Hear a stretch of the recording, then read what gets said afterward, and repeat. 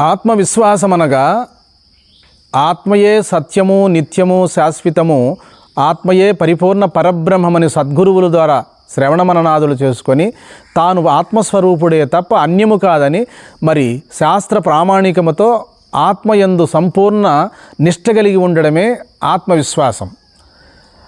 మరి నామరూపాత్మకమైన ప్రపంచమంతా అశాశ్వతమని, మరి కనిపించే చరాచరం అంతా కూడా దృశ్యమని, తాను దృక్కని, తాను పరిపూర్ణ పరబ్రహ్మమని, తానే పరమాత్మ స్వరూపుడని సంపూర్ణముగా ఆత్మయందు సంపూర్ణ నిష్ట కలిగి ఉండడమే ఆత్మవిశ్వాసం.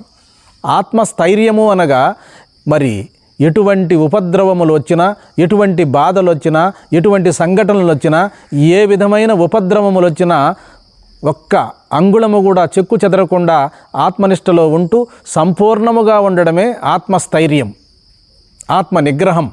ఇవన్నీ కూడా ఒకే అర్థాన్ని సూచిస్తాయి. కాబట్టి విశ్వాసం ఊర్ధ్వమునకు, అవిశ్వాసం పతనమునకు. అవిశ్వాసం అంటే నామరూపాలు శాశ్వతం అనుకుంటే పతనం, ఆత్మయే సత్యమని విశ్వాసం ఉంచితే ఊర్ధ్వస్థితి. పరసింతన పతనమునకు, స్వసింతన స్వర్గమునకు. ఆత్మయే సత్యము, నిత్యము, శాశ్వతమని సుస్థిరుడై ఉండడమే ఆత్మవిశ్వాసం. హరి ఓం.